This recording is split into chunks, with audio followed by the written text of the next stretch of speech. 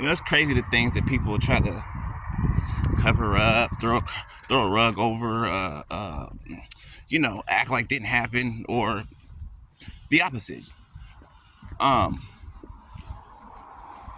remember back maybe a year ago, maybe a year ago, God told me to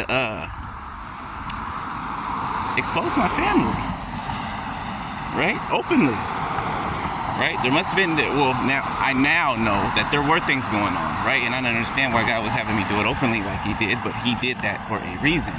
And I was obedient to it, right? Did it on Facebook, right? And I didn't do it. I wasn't doing it in a malicious way. I was, I was telling the family secrets, like, that had to do with me at the moment. At the time, that had to do with me, right? Now, it has been put upon me to speak about others in my family. I'm not mentioning no names. This ain't that kind of broadcast. But those who I'm talking about will know that I'm talking about them, okay?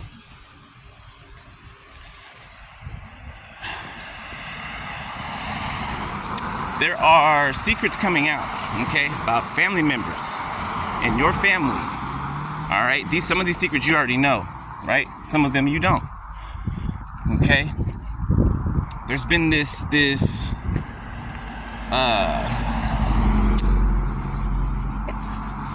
competition, should I say, going on within families, right, against other family members, okay? Aunts, uncles, cousins galore, right? Cousins sleeping with aunts and uncles sleeping with each other, grandparents sleeping with their grandkids, parent, or any way that you can think of it, that it can go. That's what's happening. That's what's going on, right? And it's like there's a saying that says, "Do not SHIT where you sleep," right? And it's like these people, and people who are like this is what I'm saying, they take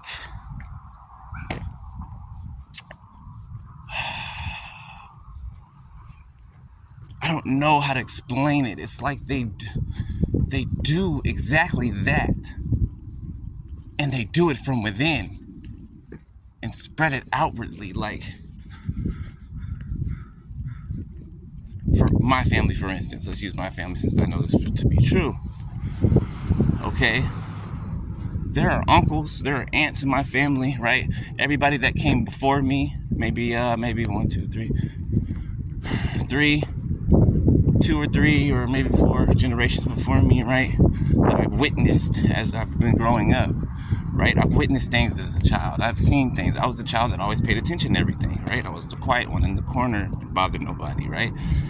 Of course, I got made fun of, but along with that, I peeped everything, right? And not having a regular child's thought process, meaning when I was a child, I was not thinking like a child. You know what I'm saying? I thought like, maybe when I was a child, I thought like a young adult, a teenager, maybe, right? You know what I'm saying? That's I'm trying to give you an example, right, of where my thinking was. And I'm not talking about, book smart or any of that. I'm talking about just intellectually, right? The questions that are asked in my mind that I asked in my mind, right? I listened to the things I used to hear as a kid. Did I ever tell anybody? No. Because even as a kid, I knew that people would be like, "Oh, you're crazy. Oh, you're this. Oh, you're that." But I've been listening to that voice within me since I was a child. As a matter of fact, ever since I can remember. I can't remember a time when the Holy Spirit was not there. I literally, as the Holy Spirit is showing me right now, literally remember. What was it? It was a summer day. It was like evening. Maybe between between like 4 and 6 o'clock in the evening, right? And I remember on my knees in my room by my TV. I don't know what I was doing. I think I was putting a game or something in there. I remember the Holy Spirit came into my room. Now, did I know it was the Holy Spirit at the time? Absolutely not. But I knew that some unseen force just had entered my room. Okay? And something in me knew that it was God. Even then. Even then.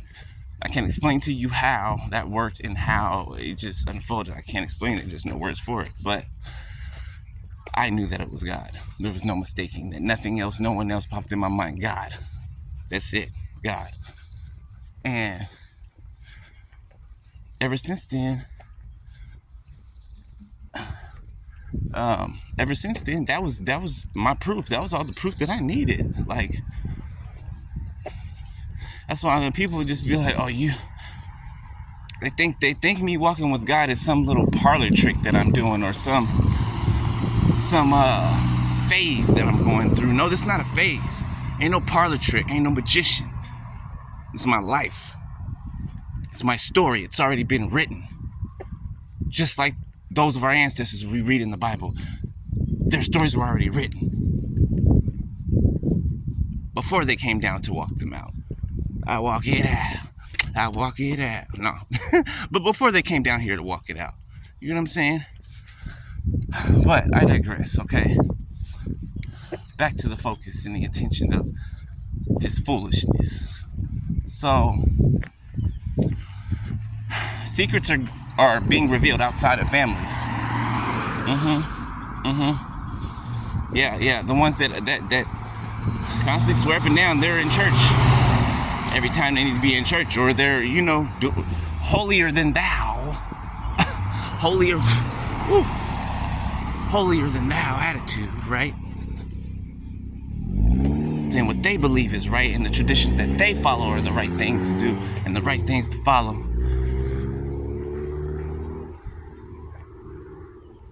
And they're sleeping with each other behind closed doors. Sleeping with sisters and brothers, husbands and wives behind closed doors.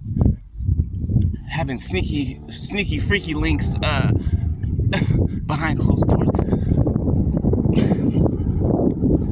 There's no more. There's no more of that. There's no more of the sneaky link. There's no more of the little yeah. You got your little yeah. Those of you know what I'm talking about. You know what I'm talking about. But there's no more of that. There's no more sneaky link. There's no more third party, fourth, fifth, sixth party. God is tired of that. God is tired of that. Tired of that. And He wants you to know it. Not y'all, beloved, them. He's tired of that. Sick of it. So that is no more. You got me? That is no more. No more will that happen. No more will that go on. That's done. All right? For who it's done for. Remember, we're all in different seasons. But those that I'm talking to, that I'm speaking of, they know because they have a conviction in them that's convicting them right now as they're watching this video. Like lightning. That's what conviction feels like to me. It's like lightning to my soul. Just whoosh. You're like, oh, that wasn't good. Maybe I shouldn't have done that. Yeah. Right? But when you're so far along, it's not the conviction, really, that lets you know what you're doing is bad.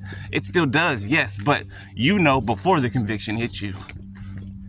Right? You know before the conviction comes. Right? The conviction is just like an extra reminder, just in case you're off your rocker a little bit. Whew. But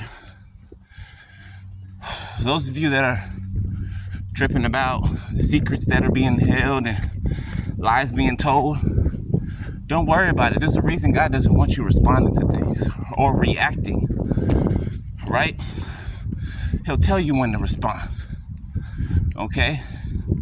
He'll tell you when to speak or say something. Same thing, speak, say something. Y'all know what I mean. He will let you know when to, right? Because God sees what you cannot see. He knows what you do not know. So if God is like, hey, don't say nothing, chill. Sorry that I'm moving at the camera, y'all. I'm walking up a hill. So if God says chill, don't say nothing, chill, don't say nothing. Because better believe that there's a reason behind God telling you that. Right? You don't have to defend what is openly seen and understood. You do not have to defend that. You do not have to defend. Sorry, y'all. You do not have to defend yourself at all in the manner that you would used to defend yourself. I feel like my speech is all mixed up today. Like somebody's like somebody is fumbling on their words today. Like they're stuttering, they can't talk. It's probably from fear or something. But they can't talk. But let me let y'all go, because I can barely talk either. I'm here running and I'm all over the place. I'll holler at y'all in a little bit. All right, later. Love you. Peace.